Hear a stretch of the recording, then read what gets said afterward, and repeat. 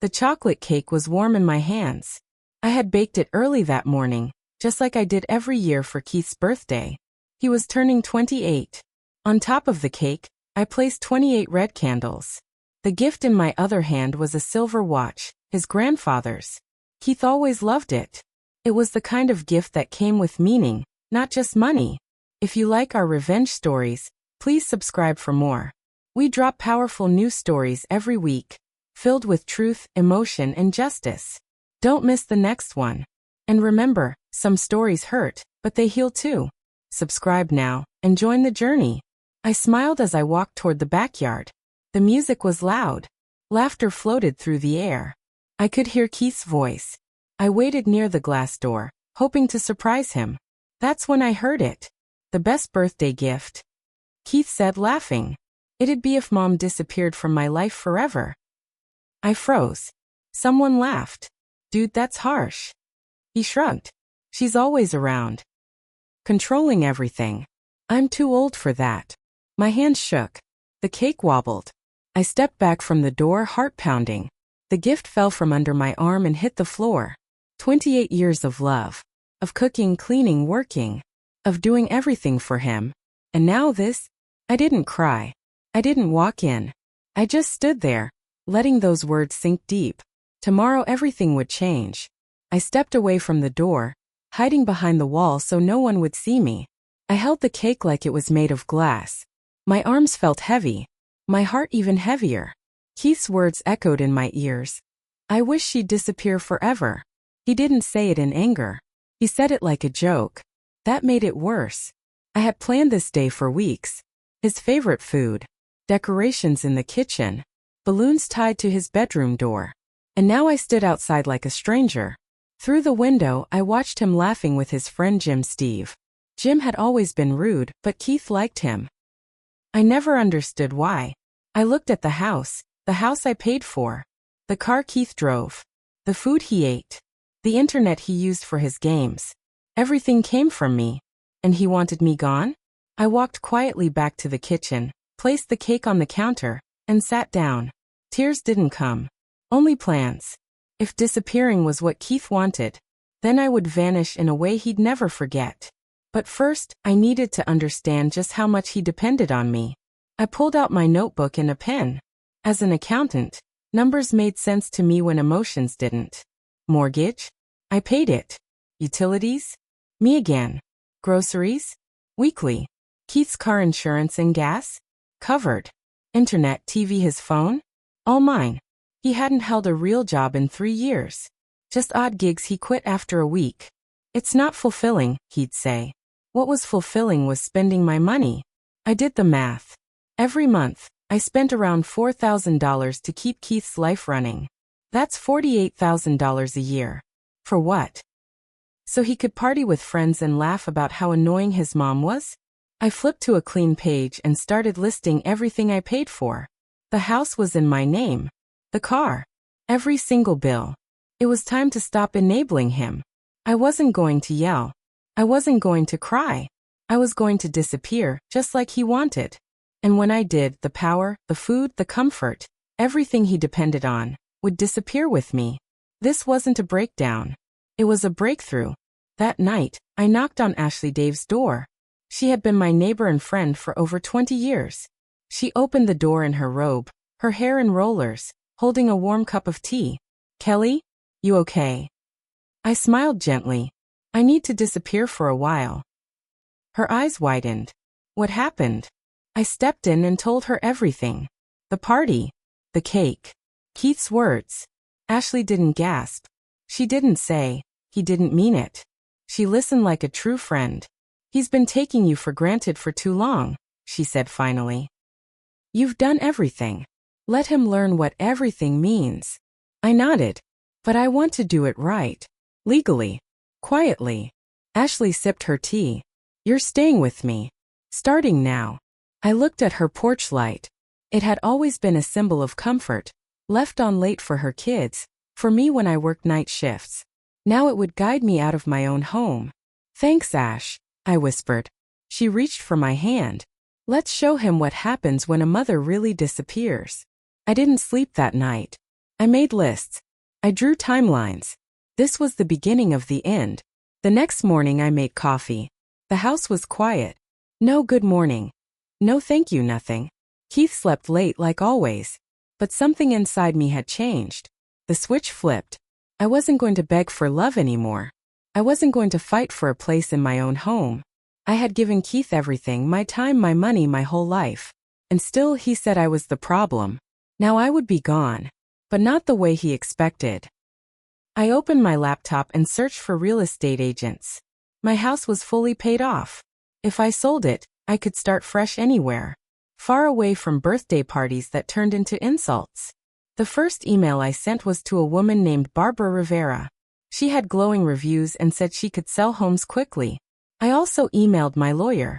I wanted to make sure I did everything legally, no mistakes. By noon, I had a plan. Keith was still asleep upstairs, unaware that his free life was about to disappear. I looked around the kitchen. This was my house. But not for much longer. I smiled to myself. The real gift? Freedom. If you like our revenge stories, please subscribe for more. We drop powerful news stories every week, filled with truth, emotion, and justice. Don't miss the next one. And remember, some stories hurt, but they heal too. Subscribe now and join the journey. Keith came down the stairs around noon, yawning like he'd worked all night. He poured cereal, sat at the table, and scrolled on his phone. He didn't say good morning. He didn't ask about the cake or the gift I never gave him. He didn't even notice I had slept at Ashley's house. Hey, he said finally. Are we out of eggs? We're out of a lot of things, I said calmly. He looked up. Okay. You could have just said that. I didn't reply. I watched him eat in silence like I had for months. He used to be sweet. He used to thank me. Now he treated me like a vending machine. Push a button, get what you want. But those days were over. No dinner tonight, I said. I'm going out. He blinked. You always cook dinner. Not anymore. He laughed, thinking I was joking. I wasn't. I stood, grabbed my purse, and walked out. No screaming. No tears. Just silence, the kind that speaks louder than any fight. It wasn't about the eggs. It was about respect. And when respect is gone, the meals stop too. This time I wasn't feeding the problem anymore. Saturday came. Keith's real birthday celebration. More than 20 guests filled the backyard. Loud music. Laughter. Beer cans. Chicken wings. People I didn't even recognize. Jim Steve was there too, hyping Keith up like a sidekick. Ashley sat on her porch across the street, watching it all quietly. I had planned my moment. I walked into the backyard. No cake. No smile. Just a wireless microphone in my hand, the one Keith used for his karaoke nights. I held it up and tapped. Feedback buzzed. People turned. Keith looked surprised. Mom. I spoke slowly, clearly. Good evening, everyone. This is my house. My property. And as of this moment, the party is over. Laughter broke out. Someone clapped, thinking it was a joke. I didn't smile. You have 10 minutes to leave. Or I'll call the police. Keith laughed nervously. What are you doing? Honoring your birthday wish, I said. You wanted me gone. So I'm going. Jim shouted. You can't be serious. I locked eyes with Keith. Watch me. And then I stepped back inside, dialed 911 and waited. He wanted freedom. He was about to get it. But not the way he thought. 10 minutes later, red and blue lights lit up our street. Guests scattered like birds. Some dropped drinks. Some whispered. Others just froze. Officer Paul G. stepped into the backyard with calm authority. He looked around, saw me standing on the patio, and nodded. You called about a trespassing issue, ma'am? Yes, I said. I own this house. I asked everyone to leave. They refused.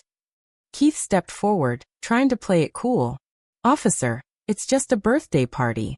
We're not hurting anything. You don't own the property? Officer G asked. Keith hesitated. Well, no. But I live here. The officer turned to me. Do you want them off your property? Yes. Every one of them. The guests started moving quickly, muttering under their breath. But Keith stood firm. So did Jim. This is crazy, Jim said. It's his house too. No, I corrected. It's mine. He doesn't pay rent. Or bills. Or anything. Officer G's voice turned firm. Sir, if you don't leave, I'll have to arrest you for trespassing. Keith looked at me stunned. You wouldn't. I stared at him. You said you wanted me gone. Now I'm returning the favor. His birthday party was officially over. Keith didn't leave. He folded his arms like a stubborn child. I live here, he repeated. You can't just kick me out. Officer G sighed. Young man, this is private property. You live here by your mother's permission. She's withdrawing that permission. Jim stepped in again. Come on, Keith. Let's go. Keith didn't move. Last chance, Officer G warned. Leave peacefully or we'll remove you. Keith didn't believe it. Not until the handcuffs came out. His eyes widened. You're seriously doing this? Yes, I said, my voice calm. I'm done being your backup plan. The officer guided Keith to the front yard while the rest of the guests cleared out. Some apologized. Most didn't. I stood by the door, watching my 28-year-old son being arrested at the party I used to bake cakes for. He shouted. You'll regret this, Mom. I swear. I didn't answer. Inside, the house was quiet again. Only a few empty cups and music still playing from a speaker. I turned it off. The silence was better. My lawyer would file official eviction papers tomorrow. Keith wanted me gone. Instead, I removed him. And I didn't feel guilty. Keith's wrists were cuffed behind his back. He twisted around to face me as Officer G walked him down the path. You're doing this to your own son, he yelled. On my birthday? His voice cracked, but I didn't flinch. You told me to disappear, I said. This is what that looks like. Jim stood frozen by the fence, unsure if he should stay or follow. The rest of the guests were already gone. Keith struggled. You're ruining my life. Officer G opened the patrol car door. No, son. You did that yourself. Click. The door shut. The red and blue lights flickered as the car pulled away. I stood in the driveway alone but lighter. For years I had carried his weight. His anger, his laziness, his choices. Tonight I let it go. Back inside, I sat down at the kitchen table and sipped cold coffee. I thought maybe I'd cry. I didn't. Instead, I opened my laptop. One message from the agent. Photos taken. House looks great. Listing goes live tomorrow. One step closer to gone. Keith wanted freedom. He was getting it. But not the kind he expected. Keith was sentenced to 2 weeks in county jail. Criminal trespassing and disorderly conduct. It wasn't a long sentence, but it was long enough for me to finish what I'd started. I moved in with Ashley temporarily. Her guest room became my safe space. I left the porch light off every night, letting the silence speak. No text from Keith. No επάλεγε. No sign that he understood. Meanwhile, the house went on the market. My agent Barbara Rivera worked fast. Within 5 days, we had 3 serious offers. One stood out. Mike and Barbara Rivera. Yes, same last name, no relation. A sweet couple with 2 kids and big hopes. Cash offer, Barbara told me. No conditions. They love the place. I signed the papers the next day. That house had held 28 years of love, pain, and sacrifice. Now it would hold something new, for someone else. I boxed up only what mattered. A suitcase. A letter. And one final plan. Keith's release date was set, Tuesday 9 a.m. The house would no longer be his. And neither would I. He said I should disappear. So I did. Now I was watching from across the street. Barbara Rivera moved quickly.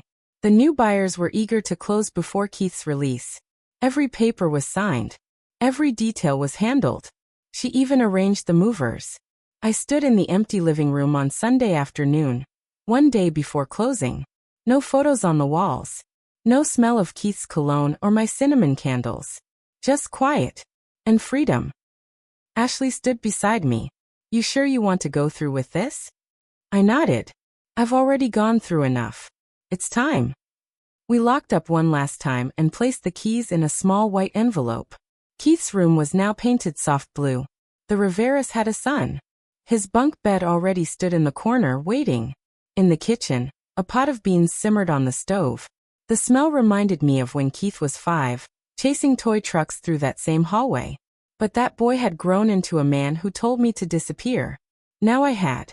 The sale closed Monday morning. By evening, the Rivera family moved in. I left one more thing behind. A sealed envelope.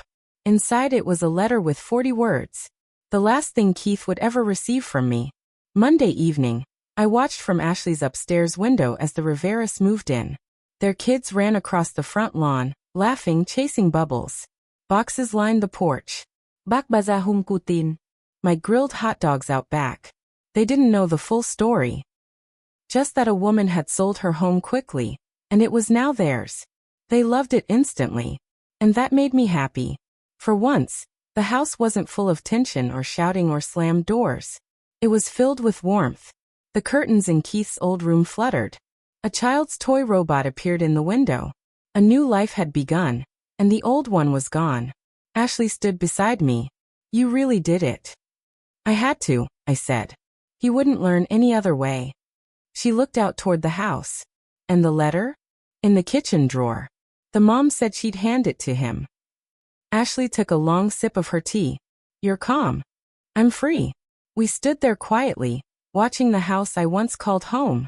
It now belonged to a family that would respect it.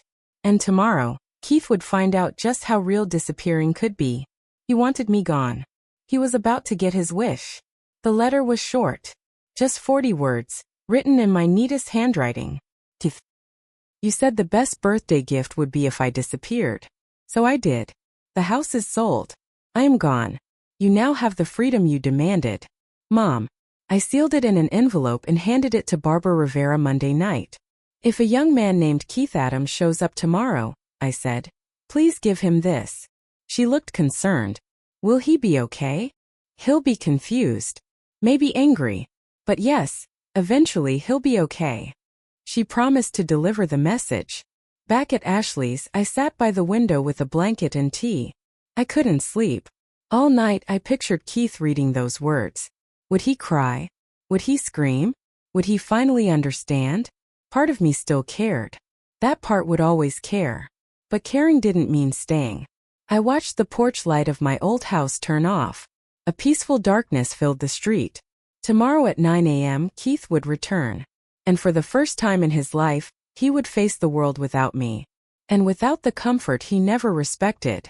At exactly 9:03 a.m. I saw him. Keith, walking down the sidewalk, wearing the same jeans and wrinkled hoodie from his arrest.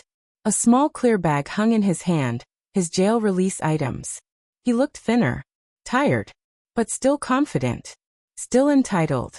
He walked right up to the house and grabbed the doorknob like nothing had changed. Click. Locked. He frowned. Then he knocked. A moment later, Barbara Rivera opened the door. She looked surprised but calm. She spoke gently, and I could see her mouth forming his name. Keith's head tilted in confusion. From my window across the street, I couldn't hear the words, but I saw the moment. Barbara handed him the envelope. He opened it right there on the porch. He read it once, twice, then again. His body sagged.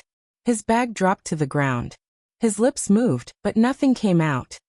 He turned and looked around, as if expecting me to step out from behind a tree or car. But I didn't. I watched from the window, hidden. He blinked hard. His chest rose and felt like he'd been hit. Because he had. Not by fists, but by the final truth. Keith stood frozen on the porch. His hands trembled as he read the letter again. His mouth opened then shut.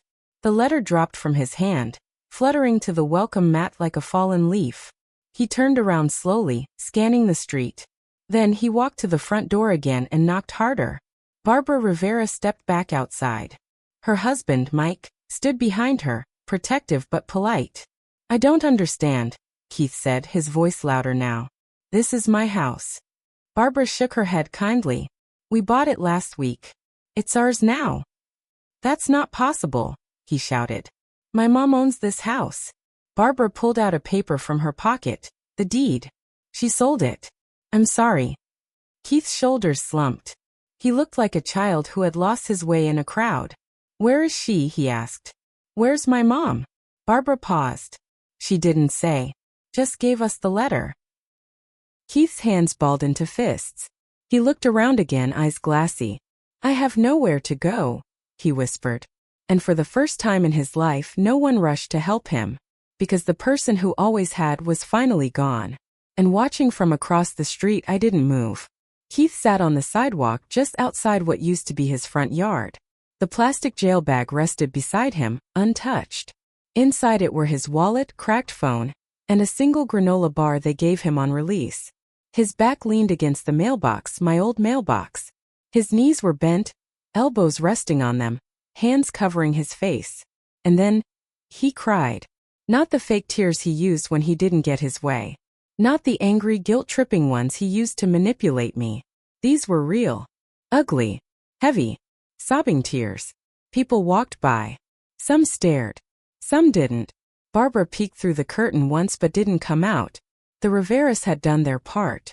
They gave him the letter. Now it was his life to figure out. Ashley stood beside me at the window. Her voice was soft. "He finally feels it." I nodded. The silence we shared wasn't cold. It was full of everything we didn't need to say. She knew I still loved him. But love doesn't mean staying where you're disrespected. Keith rocked slightly on the concrete. Alone. Small. Lost. I whispered to myself. "This is what you asked for, son." And for the first time, he believed me. Ashley handed me a warm mug of tea. "It's good," I said. "Maybe this time he'll understand."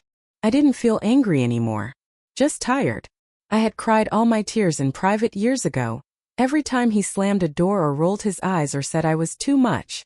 I wasn't too much. I was just finally enough for myself. Keith finally stood, wobbling slightly, and gathered his things.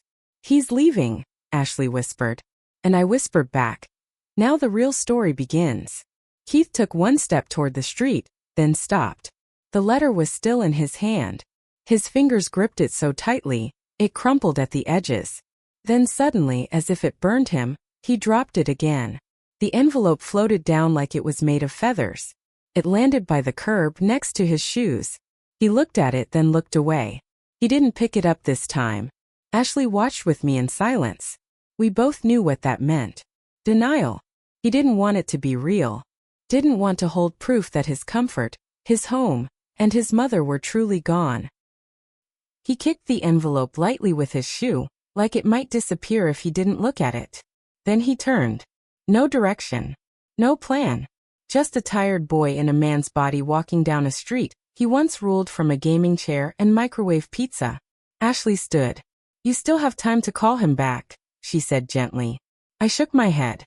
He told me to disappear. I'm honoring his wish.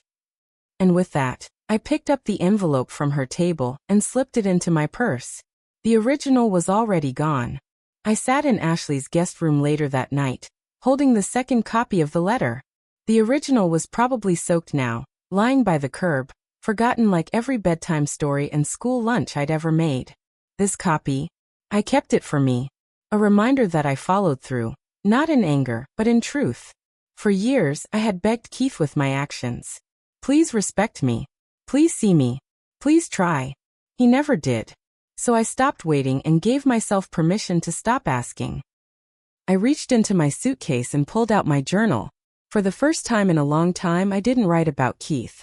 I wrote about me, where I wanted to live, what I wanted to learn, how I wanted to feel, what silence meant when it wasn't full of sadness. At the bottom of the page I wrote, "I am allowed to start over." I folded the journal closed and turned off the lamp.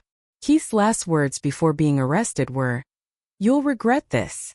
But tonight, as I lay under a stranger's roof with peace in my heart, I knew the truth. This was not regret. This was release. Tuesday morning, I returned to the house briefly, not through the front door, but with Barbara Rivera's invitation to grab the last of my personal things.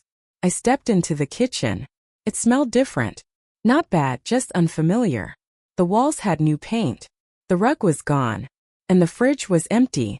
It used to be full. Always. Keith liked snacks. Milk. Leftovers. Soda. Things he never bought but always expected. I opened the door and stared at the clean shelves. A quiet voice behind me said, "We're still moving in. Hope you don't mind." Barbara smiled kindly, holding a basket of apples. No, I said. It's perfect. I didn't tell her what I was really seeing. Years of groceries, chopped onions, late-night sandwiches, hot cocoa for Keith when he failed a test. All erased. And that's how it should be. I grabbed a small box from the corner.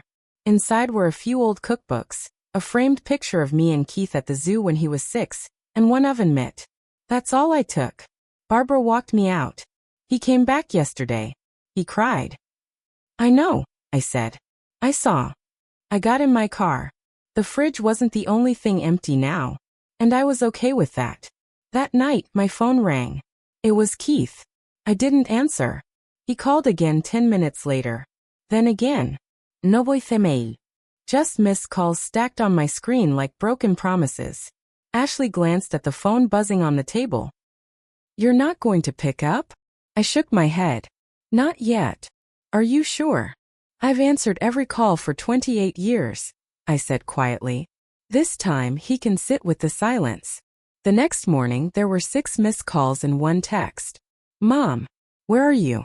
I need you. Need. That word again. But I had learned that being needed wasn't the same as being respected. I placed the phone face down. He had all the signs, all the warnings, and now all the space he'd asked for. What Keith didn't understand yet was this. Silence isn't a punishment. It's a boundary. And when someone finally respects your silence, maybe they'll also learn how to hear your voice. But I wasn't ready to speak. Not until he stopped reaching out just because he needed something. I wasn't gone forever. But I was no longer the safety net. And silence would teach him more than words ever could. I packed 1 suitcase. Not because I didn't own more, but because I didn't need more. Few clothes. My journal. A folder with all the legal papers. The second copy of the letter. And a photo, one of Keith as a baby, asleep on my chest, before life got complicated. Ashley stood in the doorway. You're really leaving? I nodded, zipping the suitcase. It's time. You don't even know where you're going yet. I don't have to, I said. I just know I'm not staying where I'm not respected. She hugged me tightly. You're brave, Kelly. I wasn't always. We walked to the front porch. The street was quiet. The Rivera kids were drawing chalk hearts on the sidewalk. Keith was nowhere in sight. And I didn't need to see him. I wasn't running. I wasn't hiding. I was choosing myself, for the first time in years. Ashley helped load the suitcase into the back of a small rideshare car. Call me when you find your new place, she said. I nodded. Then I turned, smiled one last time, and got into the car. 1 suitcase. 1 fresh start. And not 1 tear shed. Because I wasn't losing a home. I was gaining a life. The car pulled onto the main road. I watched the neighborhood fade in the rearview mirror. No parade. No goodbyes. Just sunshine, quiet, and the soft hum of a new beginning. The driver glanced at me. Heading far. Far enough, I said. I didn't have a final destination yet. Just a hotel reservation for 2 nights and a map of quiet towns along the coast. Somewhere with trees. Maybe near water. Somewhere I could breathe without hearing slammed doors or disrespectful words. My phone buzzed once more. Keith. I didn't look at the message. Instead, I powered off the phone and placed it in my purse. I had already read everything I needed to. The look on his face, the way his shoulders dropped, the silence after the shock.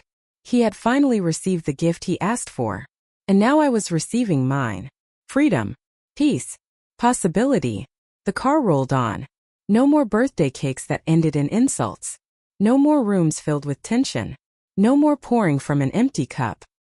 Just road, sky, and me. This was the goodbye he never expected. And the hello I never thought I'd be brave enough to give myself. A week later, I checked into a small cottage by the sea. The breeze smelled like salt and wildflowers. The air was quiet. No shouting. No slammed doors. Just birds and waves. I walked barefoot through the sand and let the water touch my toes. The sun felt warm on my face. I hadn't smiled like that in years, not the kind that comes from deep, peaceful stillness. At night, I sat on the porch with tea and wrote in my journal. I did not run away. I walked away slowly, intentionally, and without anger. Because disappearing isn't always about escape. Sometimes it's about returning to yourself. I didn't miss the house. I didn't miss the noise. And as much as it hurt to admit, I didn't miss the version of Keith who never saw me. If he changed, truly changed, maybe one day we'd talk again. But I wouldn't wait for that.